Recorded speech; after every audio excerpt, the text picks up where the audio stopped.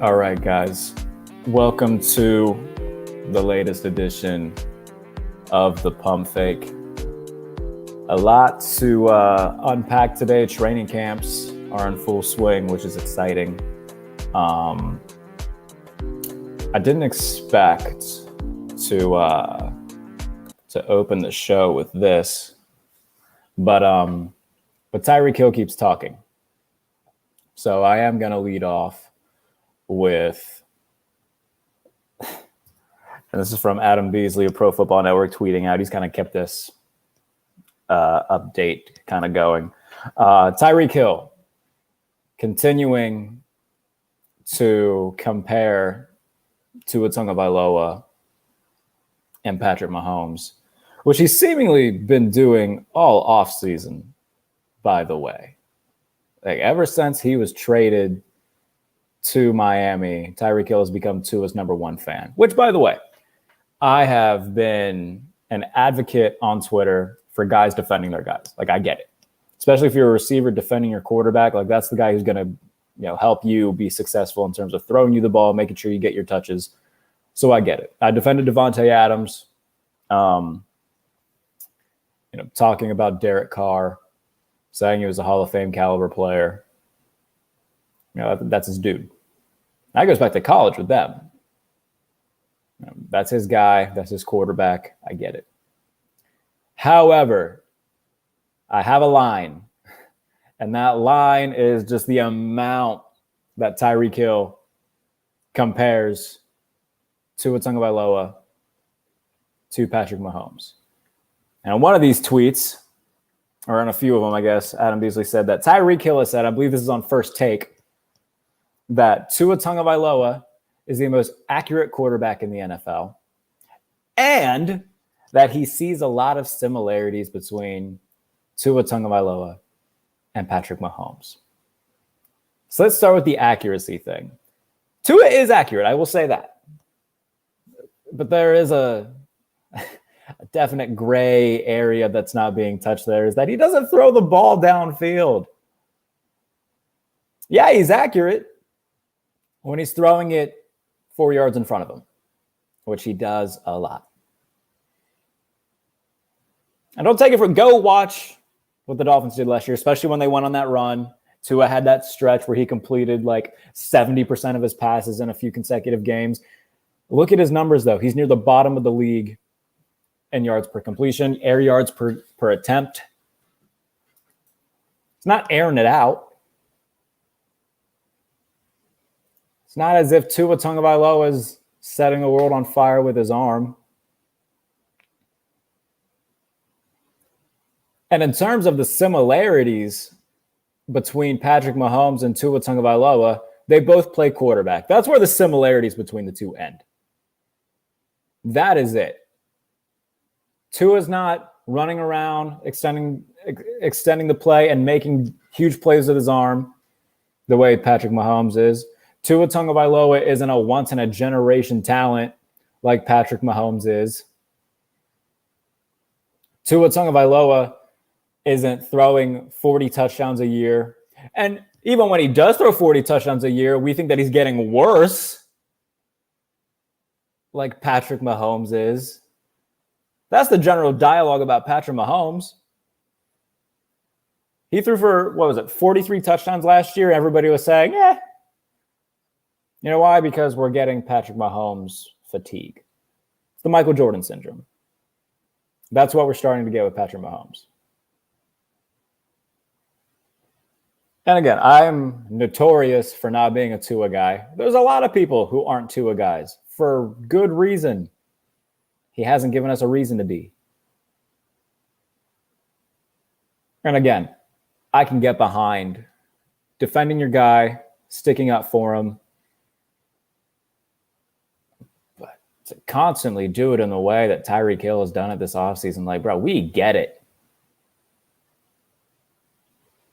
There's no reason to constantly compare the two.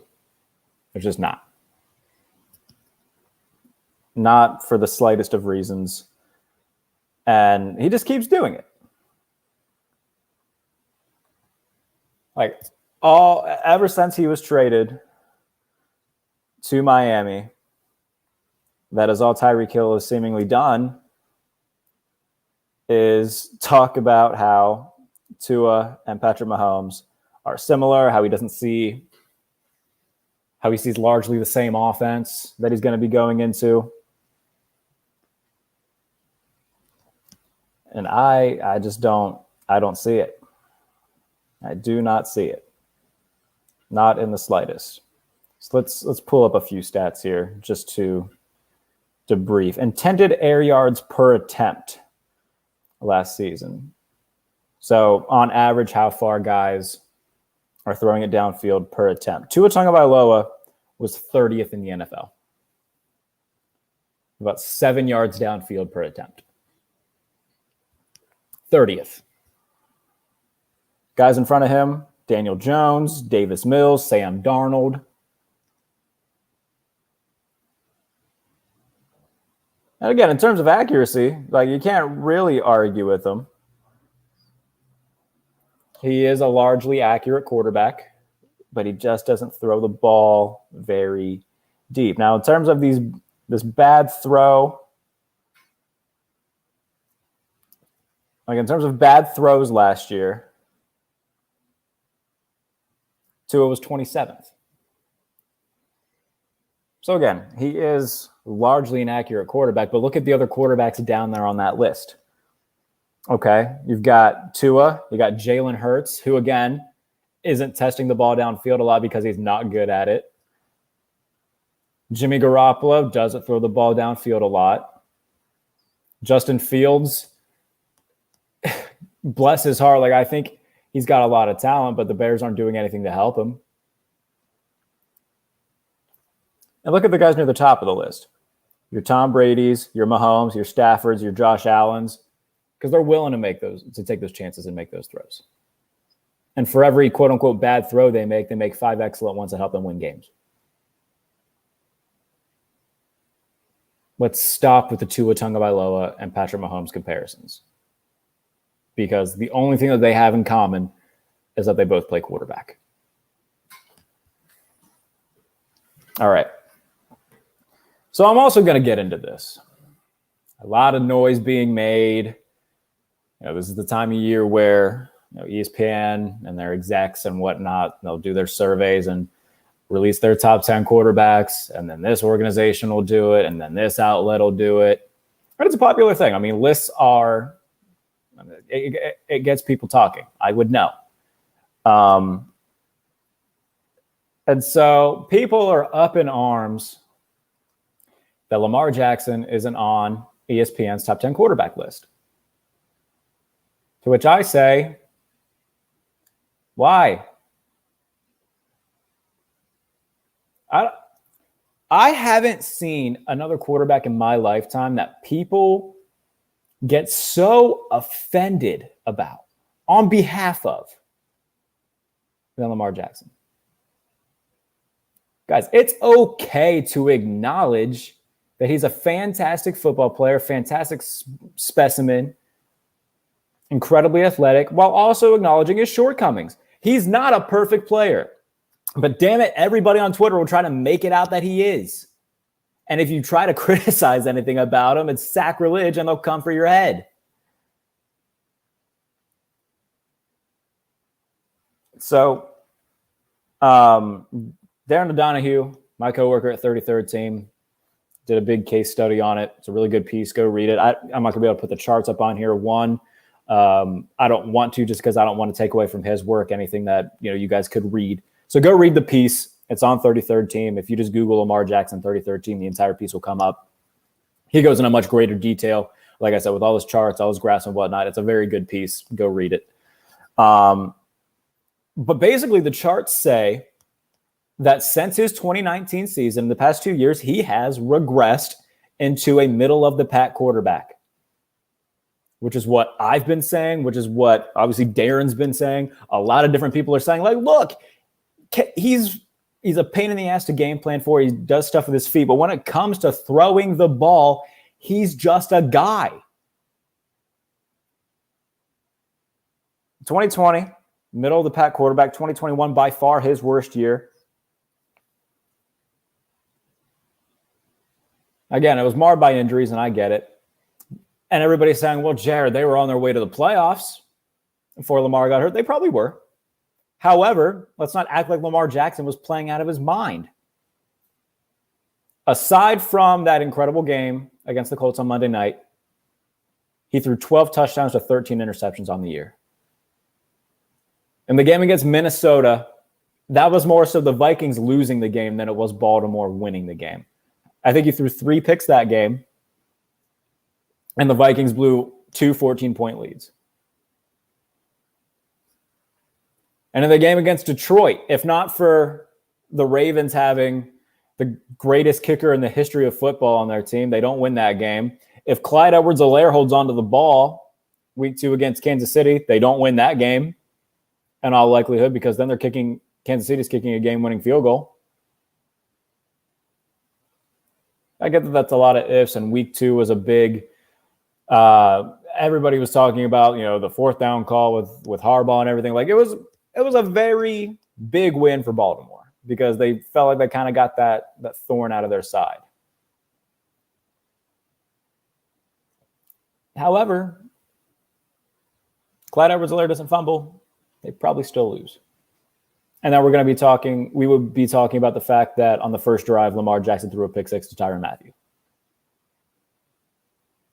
And that the Chiefs, even without doing anything to change and challenge Baltimore defensively, still won the game.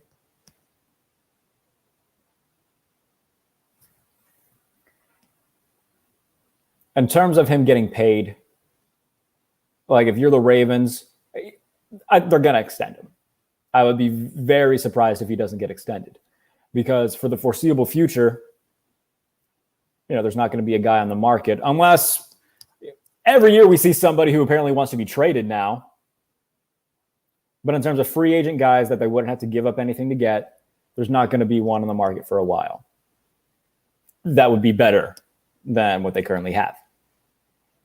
But you do run the risk, if you give him a ton of money, $40-45 million of, what if he does get hurt and the best aspect of his game is taken away? Also noted in that piece by Darren on 33rd Team is the percentage of the cap that quarterbacks on Super Bowl winning teams over the past decade have taken up. So starting with the 2012 Ravens, working our way up. 2012, Joe Flacco took up about 6.6% of the cap. 2013, Russell Wilson took up 0.5% for the Seahawks. He was still on his rookie deal, very early in his rookie deal.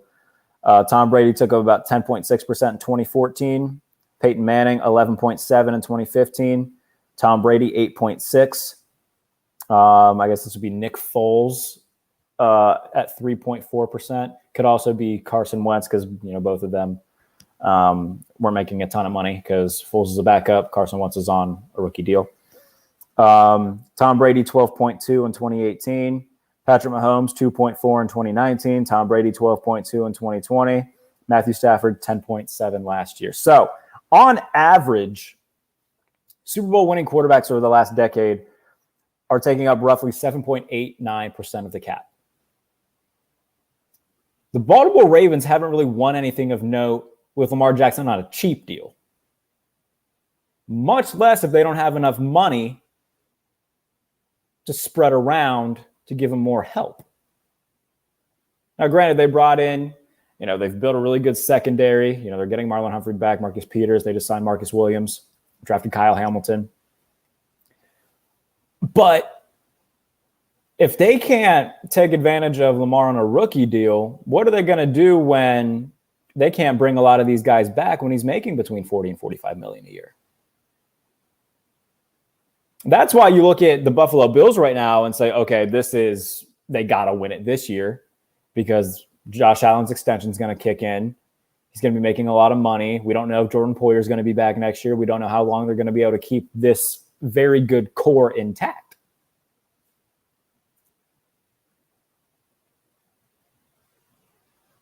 So if you're Baltimore, this is the risk you're running. If you're Eric DeCosta and everybody in the front office for the Ravens, you're asking yourself a lot of questions right now.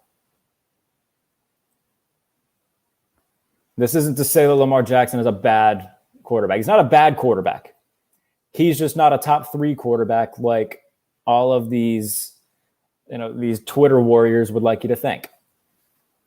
He's just not.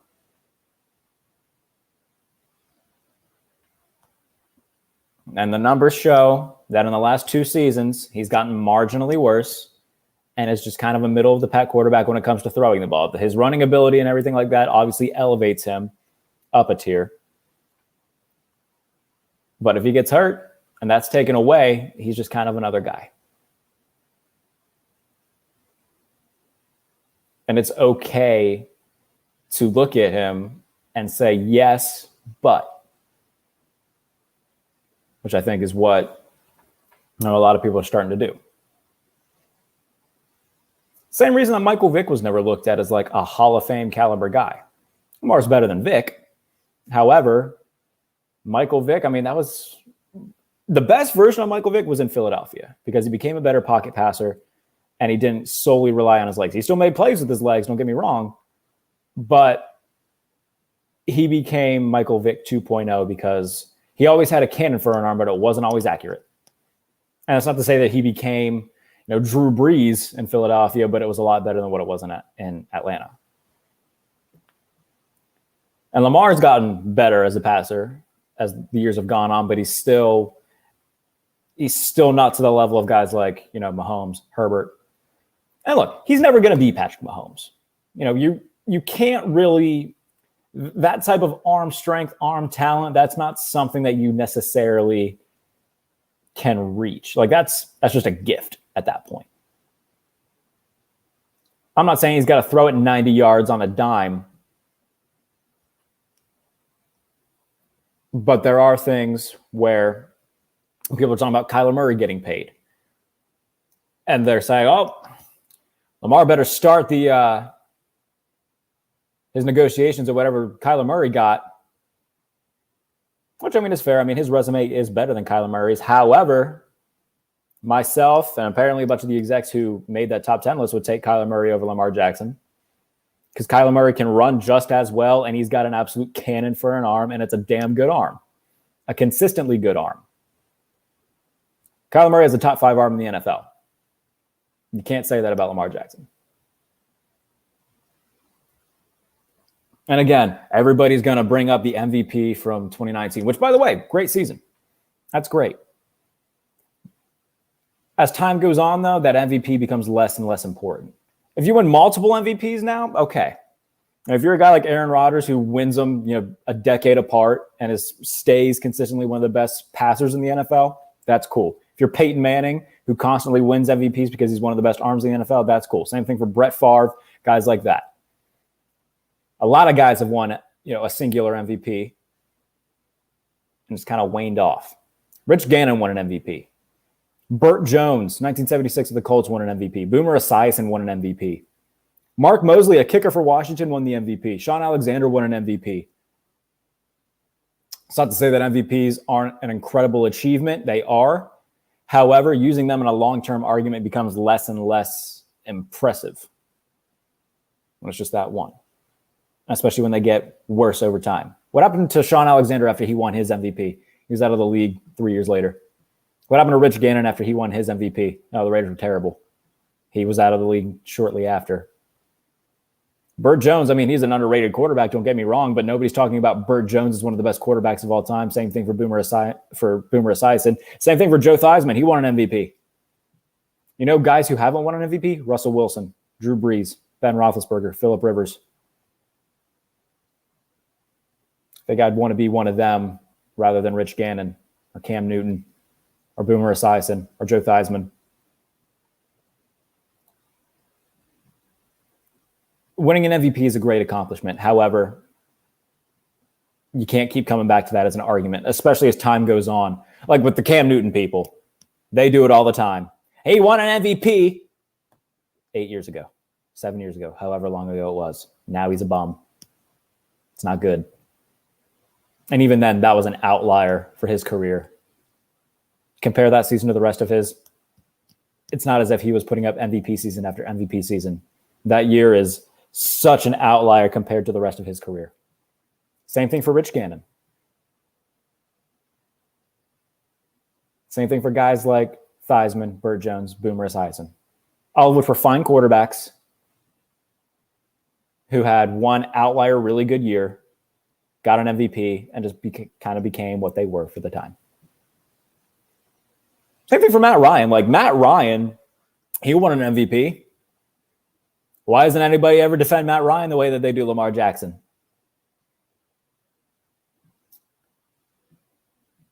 Somebody answer that question for me.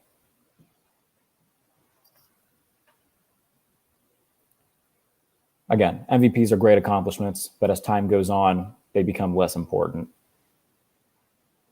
And if your only argument that you have is an MVP award from 3 years ago, well, I think that speaks more volumes than you think. Against you, not for you. All right, so let's get into my top 10 quarterbacks.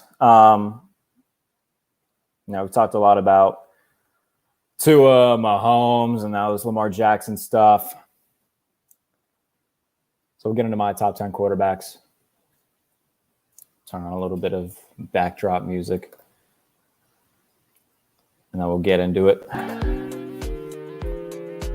All right. So my top 10 quarterbacks are as follows. I got Dak Prescott, number 10. Dallas has transitioned into being Dak's team over the past couple years. You know, when everything first started with him and Zeke, it was very much, this is Zeke's team, this is the offensive line, this is Ezekiel Elliott. It's become a complete 180. This is Dak Prescott's team. 37 touchdowns to, 10 picks. Need to see more playoff success, obviously.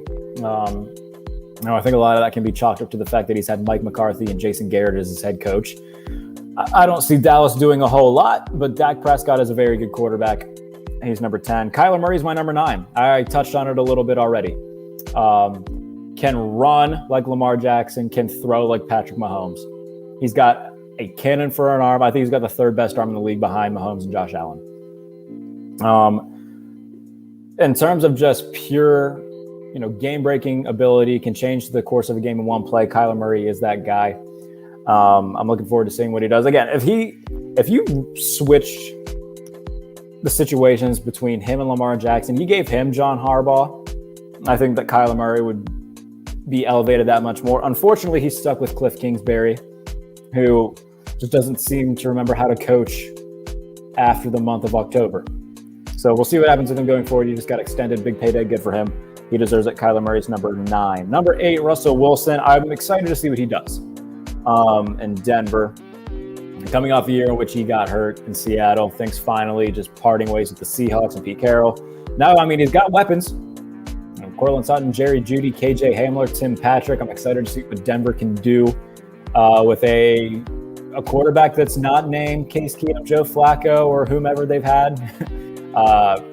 Drew Lock, Teddy Bridgewater. They've been in quarterback purgatory for a long time since Peyton Manning left. Russell Wilson's number 8. I think Denver makes a lot of noise this year with Wilson under center. Joe Burrow's number 7. Getting to a Super Bowl in his second year. Cincinnati started off slow, though. Let's not forget that. Nobody really expected that to happen. And then they, got some big wins against the likes of Baltimore. As the season winded down, they got hot. They beat Kansas City. Joe Burrow isn't exactly what dragged them to the Super Bowl, though. Their defense came up big. He got sacked 9 times against Tennessee. Logan Wilson had the interception of Ryan Tannehill. They kicked a game-winning field goal. They beat Kansas City in overtime. Largely, after being down by 18, obviously their defense got better in the second half. Burrow helped will them back into it. Their defense played really well in overtime, kicked a game-winning field goal. I'm excited to see what he can do behind a revamped offensive line that was just built a brick wall in front of him. I'm excited to see what he can do. We saw what he did last year running for his life. There's a very good chance that Joe Burrow can throw for 40 touchdowns this year. Number 6, Matthew Stafford, the man who just helped the Rams win the Super Bowl over Joe Burrow and the Bengals. I've been pounding the Matthew Stafford drum for a long time. It's finally nice to see him, victorious. And his first year away from Detroit, too, by the way. He leaves a place and then, first year that he's in somewhere with some stability, he went to Super Bowl. So good for him. Getting Allen Robinson in the mix now with Cooper Kupp, Van Jefferson. Excited to see what he can do this year as well. So Matthew Stafford, number 6. Tom Brady, number 5. He's 45. He's still playing at the top of his game. Chris Godwin comes back. Mike Evans still there. Gronk isn't there anymore, but they just bring in Kyle Rudolph, reliable veteran tight end presence. Obviously, O.J. Howard's gone to Buffalo too. So, I mean, it's going to be a little bit different for Tampa Bay this year. But Brady's still at the top of his game and doesn't seem to show any signs of slowing down. Justin Herbert, number 4, he's a solidified stud. Was it 68 touchdowns in his first 2 years? That's a record, I believe, for all NFL quarterbacks. I know he set the record for Chargers passing touchdowns in a year in just his second season. So he's fantastic. Everything that he's done is ungodly already. He is in that tier of guys. I would put him in the tier of, in terms of pure talent, just Mahomes, Josh Allen. I think Justin Herbert's right there. So excited to see what he can do. They finally have. We drink the Chargers Kool-Aid every year, but they bring in J.C. Jackson. They bring in Khalil Mack to help out that rush defense that wasn't very good. This has to be the year that they get to the playoffs, or something's just wrong. Like, you've got the quarterback, you've got the weapons offensively, you've got the defense. If you can't do it this year, Brandon Staley, that's a big, big knock against you. So Justin Herbert's number 4. Aaron Rodgers, number 3, just won another MVP because apparently he just wants to collect them. No Devontae Adams. It's going to be interesting. It's been a talking point for Green Bay all year. What are they going to be able to do with, Allen Lazard, Randall Cobb? They drafted Christian Watson out of North Dakota State. Now, it's going to be big changes in Green Bay, but when you got 12 under center, anything's possible in Green Bay. So Rodgers, number 3. Josh Allen, number 2. He's incredible. The patience that Buffalo has had with him since they drafted him, and you see that the strides that he's made, gone from a guy who had clear potential, a great raw arm that just wasn't very accurate, to hands down one of the best quarterbacks in the NFL, on the brink of a Super Bowl year in and year out. This needs to be the year for Buffalo, though, because this is as good a roster as they're going to have potentially ever with Josh Allen. And once that extension hits, I mean, like I said, there's going to be guys that they can't keep. So the pressure is very much on in Buffalo this year, but if anybody is ready for that pressure, it is Josh Allen. I'm rooting like hell for the Buffalo Bills. Truly one of the best quarterbacks in the NFL. And then Mahomes is number 1. Like I said, I think everybody's just getting tired of Patrick Mahomes. It's the Michael Jordan syndrome. Like, Karl Malone won an MVP in 1997, but Michael Jordan still had probably a better year than Karl Malone did. Everybody's just tired of Michael Jordan owning everything. Same thing for Patrick Mahomes. Like, he's still putting up great numbers, but we expect so much from him that if they don't reach that astronomical, almost unreachable height, we're saying, okay, he's lost a step. He ain't lost a step. He's going to be fine. Now, again, no Tyreek Hill. That's going to be, this is the first year he's ever had to deal with that. So how will guys like Juju Smith-Schuster, Mecole Hardman, Marquez Valdez-Scantling step up in this wide receiver room going forward? Travis Kelce's still there, though. Andy Reid's still there. I believe wholeheartedly in the Chiefs. They're still going to be a playoff team. And Patrick Mahomes is still, the best quarterback in the NFL. So that is my top 10 quarterbacks. And again, guys like, look, Lamar isn't in my top 10. He's flirting with it. And there's guys right on the edge that I really like Derek Carr flirting with it. Kirk Cousins really flirting with it hard. I'm excited to see what Minnesota does this year with an offensive-minded coach. Justin Jefferson, Adam Thielen, Dalvin Cook. They've had the talent for a while. They just haven't had the coach to get them there. So I'm excited to see how they attack this year. And the Raiders, I mean, if they played in any other division, I would be very high on them. I think they're going to be that oddball out in the AFC West. I don't trust Josh McDaniels either at all. I've seen the Josh McDaniels head coach experience, and I get that it was over a decade ago, but nothing about Josh McDaniels says born leader to me. So that's another thing kind of holding me back a little bit on the Raiders. But yeah, I mean, there's a lot of guys that I would love who kind of get these honorable mentions. Kirk Cousins, Derek Carr, Lamar Jackson. They all get those honorable mentions. Again, I'm not team Lamar Jackson can do no wrong. I'm just not. Sorry if that offends you. But yes, those are my top 10 quarterbacks. That's how I feel about the Tua Tagovailoa, Patrick Mahomes thing. Training camp is in full swing. It's a good time to be a football fan. Hall of Fame game is just 10 days away, a week from Thursday, which is going to be, I can't wait. Cannot wait. Just need football back, ladies and gentlemen. We're getting there. We're very, very, very close to preseason. And then this next month will carry us to week 1, which is oh so close. Oh, so close. But yes, thank you for joining me on the Pump Fake. Shorter show than it was last time. I know last time was an hour. Try to keep these between a half hour, 45 minutes. Our last show was the power ranking show, so it did take a little bit longer. But there's just a few things that I needed to hit on when it came to this. The quarterback stuff going on right now. It was a very quarterback heavy show. So a lot of training camp coverage going on around the league. I'm going to be watching a lot of it. Just kind of get that fix. You can follow me on Twitter at JBaileyNFL, where I post all my stuff. So whether it be from Sports Illustrated, USA Today, 33rd Team, you can find it there at JBaileyNFL on Twitter. And then hopefully a good announcement will be coming. I'm not going to really get into what it is or what it pertains to. But if I get some good news on it,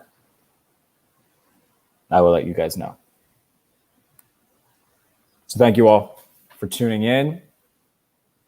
Be sure to watch Unsportsmanlike tonight with myself and Greg Cherry on Know Your News. Other than that, no more announcements, I don't think. So I'll see you guys next time on the Pump Fake. Oh, I did lie. Other announcements coming for No Notes. Matt Perino, Ben Raven, both of those will be coming soon. So I'll tweet those out as well. But thank you guys for tuning in to the Pump Fake. As always, I'm very grateful for you. See you next time as we get ever so close to the NFL season.